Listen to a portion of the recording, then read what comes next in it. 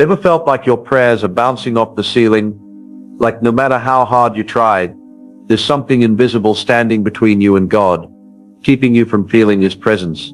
That something might be lust, an enemy of your prayer life you might not even recognize. It doesn't just affect what you do in private, it hijacks your desires, numbs your hunger for God, and creates a wall between you and intimacy with Him. The deeper you get caught in this cycle, the more distant you feel and the harder it becomes to approach God in prayer. But here's the truth. You don't have to stay trapped in this cycle. You can break free. Lust doesn't have to control your spiritual life or your relationship with God. There's a path to restoration, a way to reignite that fire for prayer, and a proven method to overcome this spiritual battle. It begins by recognizing the subtle ways lust sabotages your connection with God, and how to fight back with truth, grace, and discipline. In this video, we won't just expose the damage lust causes to your prayer life. We'll dive into practical, actionable steps to fix it. Stick around, because the solution is within your reach. And once you discover it, your connection with God will be stronger than ever. Stay with me till the end, and let's rebuild that powerful, pure, and consistent prayer life together. Imagine trying to speak to someone you deeply care about, but every word feels like it's being swallowed by a vast emptiness. The more you try to reach them, the further they seem to get. This is the feeling many experience in their prayer life when lust takes hold. An invisible wall builds between them and God, making every attempt to connect feel hollow. What was once a flowing conversation with your Creator now feels forced, awkward, and distant. Lust doesn't just affect your behavior, it attacks your very heart and soul. It creeps in quietly, often through moments of temptation, leaving you with an insatiable craving that keeps you distracted from the deeper, more fulfilling desires that come from knowing God. At first, it may seem harmless, like an occasional thought or a fleeting image, but over time it chips away at your spiritual foundation, slowly building a barrier that separates you from your intimacy with God. When lust consumes your thoughts and actions, prayer becomes the last thing you want to do. You avoid it, not because you don't believe in God, but because the guilt weighs you down. It convinces you that you're not worthy to approach Him, leaving you in a state of spiritual paralysis. The once vibrant and active connection you had with God now feels cold and distant, and you begin to question whether He even hears you. This spiritual disconnect isn't just about how you feel when you pray, it's about how your entire relationship with God begins to deteriorate. Lust convinces you that you're too broken to be loved, too far gone to be restored. It convinces you that God is distant, but the reality is that He's right there waiting for you to return. The problem isn't that God has moved away, but that the pull of lust has shifted your focus from His love to temporary, fleeting pleasures. But the good news is that the disconnect caused by lust is not permanent. Recognizing it is the first step toward restoration. You can rebuild your relationship with God and restore the intimacy that was once lost. It starts with acknowledging the damage, repenting, and choosing to turn your focus back to what truly satisfies the love and presence of God. Only then can you begin to feel the powerful, life-giving connection that prayer is meant to bring. Lust doesn't just change what you do, it changes what you want. At first it may seem harmless, a fleeting thought or a momentary indulgence, but over time it begins to rewire your very desires, slowly shifting your focus from what truly satisfies to what only offers temporary pleasure. It's like a slow, steady erosion that alters your spiritual appetite. The craving for God, which should be central to your soul's hunger, gets replaced with the desire for things that provide instant gratification. The thrill of lust might feel powerful in the moment, but it leaves you spiritually malnourished. What was once a deep longing for God's presence turns into an addiction to a shallow, fleeting fix. You begin to seek the next high, not from God, but from the momentary pleasure that lust offers. This shift in desire is subtle at first. Perhaps you notice your passion for worship fading, or your hunger for scripture diminishing. What once filled you with peace now feels distant, hard to access. But make no mistake, this is not a coincidence. Lust has rewired your heart, and the pull of shallow desires now competes with the true longing for spiritual nourishment. The more you give in to lust, the more disconnected you become from your Creator. You stop thirsting for the Word. Instead, you're thirsty for something else, something hollow. Over time, the distance grows. Lust doesn't just make you crave the temporary, it makes you comfortable with it. What used to feel empty starts to feel normal. The gap between you and God widens, not with dramatic shifts, but with a subtle change in your desires. Lust steals your appetite for the eternal and replaces it with a constant need for more, a cycle that becomes harder to break the longer it goes unchecked. Here's the hard truth. If you continue to feed these desires, they become your new baseline. The longing for deeper connection with God feels foreign, hard to rediscover. The emotional and spiritual numbness sets in. It's not that God has moved away, but your desires have been reprogrammed. However, the good news is that this can be reversed. By recognizing the shift and intentionally pursuing what's pure and holy, you can begin to reclaim your spiritual hunger and desire for a true, lasting connection with God. The cycle of guilt and shame is one of the most destructive patterns lust creates in our lives. It starts with the moment you give in to temptation, whether it's indulging in lustful thoughts, watching something you shouldn't, or engaging in behaviors you know aren't aligned with God's calling. In that moment, there's an initial sense of pleasure or release, but that satisfaction is short-lived, replaced by the heavy burden of guilt. It doesn't end there. The guilt quickly turns into shame. You feel unworthy of God's love, as though your mistakes have pushed you too far away to ever be restored. You start to believe the lie that you're too dirty, too sinful, or too lost to approach God. It's not just about the action itself, but the mental and emotional toll it takes. You may try to repent, but it feels empty, almost like you're just going through the motions.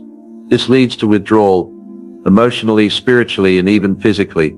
You stop praying because you feel like a hypocrite. Worship loses its meaning because you're too caught up in your shame to engage fully. Reading the Bible feels like a chore, not a source of life. What once brought joy and peace now only serves as a reminder of your failure. But here's the vicious part. The more you avoid God, the deeper you fall into that cycle. Shame convinces you that you're unworthy to be in His presence. And because you're avoiding Him, you feel even more distant, as though you're trapped in a spiritual dead zone. You tell yourself, I'll pray when I feel better. But that better never comes. The guilt doesn't go away, and neither does the shame. The cycle repeats, trapping you in a loop of sin, silence, and self-condemnation. This pattern doesn't just make you feel bad in the moment. It isolates you from God. The longer you stay trapped in this cycle, the more it corrodes your spiritual life.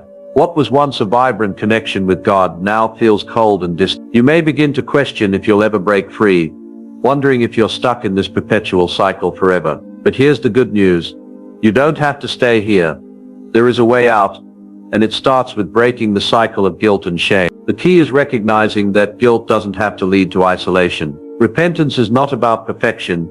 It's about returning to God with honesty, knowing His grace covers all. Breaking the cycle begins with vulnerability and trust in God's unconditional love. He's waiting for you to come as you are, not in perfection, but in need of His forgiveness and healing.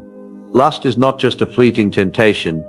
It's a spiritual battle that wages war on your soul. While it may appear as a simple desire, its effects run much deeper, targeting your heart and mind. It's a force that shifts your focus from the eternal to the temporary, from the sacred to the selfish, and it doesn't play fair. Lust doesn't announce its arrival.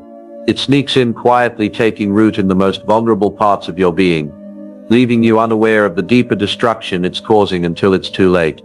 At its core, lust is a distortion of God's design. Where God intended love to be pure, sacrificial, and rooted in covenant, lust twists that into something hollow and self-serving. It's a craving that doesn't care about the person, only the fleeting pleasure it promises. It promises intimacy but delivers isolation, offers excitement but leaves emptiness. This distortion isn't just a personal struggle, it's a spiritual assault. Lust doesn't just challenge your moral compass, it attacks the very foundation of your relationship with God. The battleground isn't external, it's internal.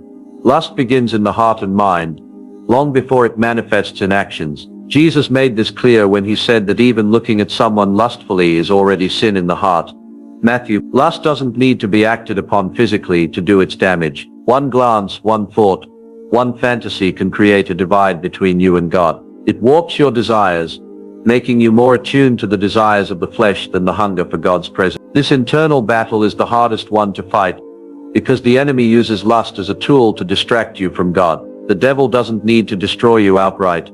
He just needs to distract you. Lust is an effective weapon in his arsenal, because it doesn't shout, it whispers. It convinces you that a fleeting moment of satisfaction is worth more than the lasting peace and joy found in God's presence. Over time, it pulls your heart further away from purity, from peace, and from purpose. And before you know it, you're numb to the beauty of God's love, searching for comfort in something that was never meant to fill you.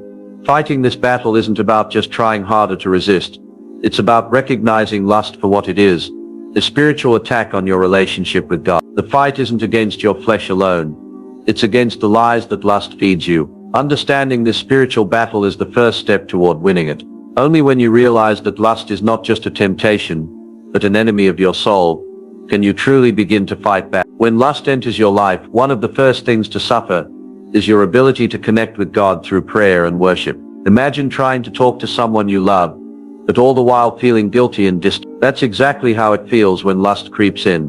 Prayer becomes awkward, and worship starts to feel hollow. The spiritual distance isn't just a feeling, it's a deep underlying issue that affects your heart's posture before God. Lust doesn't just steal your focus, it alters your inner state. When you give in to lust, whether through thoughts, fantasies, or actions, you create a divide between your soul and the presence of God. What used to be a natural open conversation with your Creator becomes strained and forced. Prayer, once a sacred moment of connection, feels more like a confrontation with your own guilt. Instead of running to God with confidence, you begin to withdraw, paralyzed by shame. The very act of prayer becomes a reminder of what you've done, and every word feels empty. Worship, too, becomes a shell of its former beauty. Songs that once stirred your soul now seem distant, almost robotic. The words are there, but the heart behind them is missing. When lust takes root, it distorts your desire to genuinely worship. The joy of lifting your voice in adoration fades, replaced by a sense of obligation.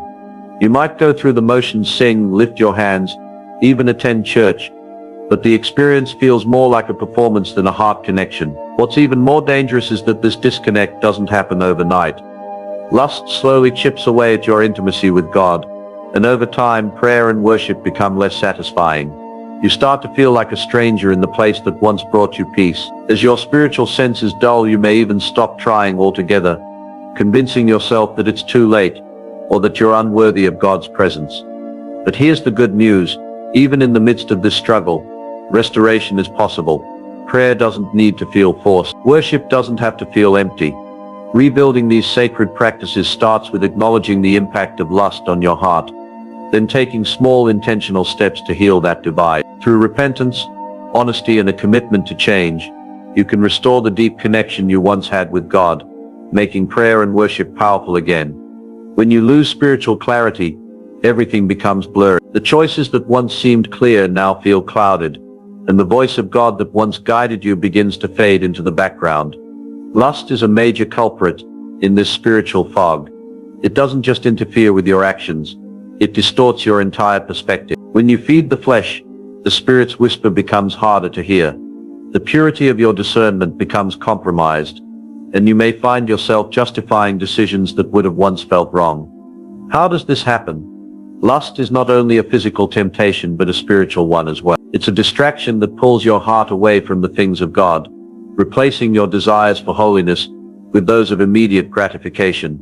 The more you indulge in lust, the more numb you become to the still, small voice of God. What once seemed clearly wrong now appears blurry and inexcusable. The boundaries between right and wrong become difficult to define, and you may find yourself compromising on values that once mattered. This is where discernment takes a hit. True spiritual clarity doesn't come from knowledge alone. It comes from a heart fully aligned with God. Lust breeds confusion by pulling the focus away from God's truth and turning it toward fleeting desires. As the mind becomes clouded, spiritual discernment weakens. Decisions that once felt guided by God's word now feel uncertain, and your ability to differentiate between the voice of the Holy Spirit and the lies of temptation diminishes. So how do you regain clarity? It begins with repentance and a return to intimacy with God. You must re-establish the discipline of hearing from Him through prayer, worship, and meditating on His word. Ask Him to cleanse your heart, to open your spiritual eyes, and to help you discern His will in every situation. It's not enough to simply stop sinning. You must replace what's clouding your heart with the presence of God. As you grow in your relationship with God, your ability to discern will sharpen. The more you submit your desires and actions to His guidance, the clearer His will becomes. Clarity doesn't just restore your moral compass, it opens your heart to His deep truths. When your heart is aligned with God's Spirit, you'll not only regain spiritual discernment, but experience a deeper intimacy with Him that's impossible when sin holds you back. When was the last time you truly confessed your struggles to God? Not just with words, but with your whole heart. We often think of confession as a ritual, something we do quickly to get past our mistakes. But confession holds a power far deeper than we realize. It's not just about admitting your failures. It's about acknowledging the spiritual weight they carry and inviting God into the broken places. It's through this act of surrender that true healing begins. The power of confession lies in its ability to break the chains of secrecy and shame. Lust, like many hidden sins, thrives in the darkness. It grows stronger when we try to hide it, keep it buried, and act like it doesn't affect us. The more we suppress it, the more control it gains over us. But the moment we confess, we bring it into the light, exposing it for what it truly is. And that's where God works. He doesn't condemn us. He forgives us and heals the wounds that sin has caused. Confession is a moment of profound honesty with God, but it also marks the beginning of transformation. When we confess our sins, we open the door to grace. God doesn't just forgive, He restores. And that restoration isn't just about wiping the slate clean. It's about reestablishing a deep, intimate connection with Him. In that moment of vulnerability, God's grace pours over us, mending the broken parts of our soul and bringing us back into alignment with His will. Healing from lust, or any sin for that matter, is a journey. It doesn't happen instantly, but every step taken toward honesty and repentance is a step toward freedom. It's important to remember that God isn't surprised by our struggles. He's ready to help us through them. The healing process is an ongoing partnership with God, and confession is the first step in restoring what's been lost, whether it's peace, intimacy, or spiritual clarity. If you've been carrying guilt or shame, remember this: confession isn't about beating yourself up.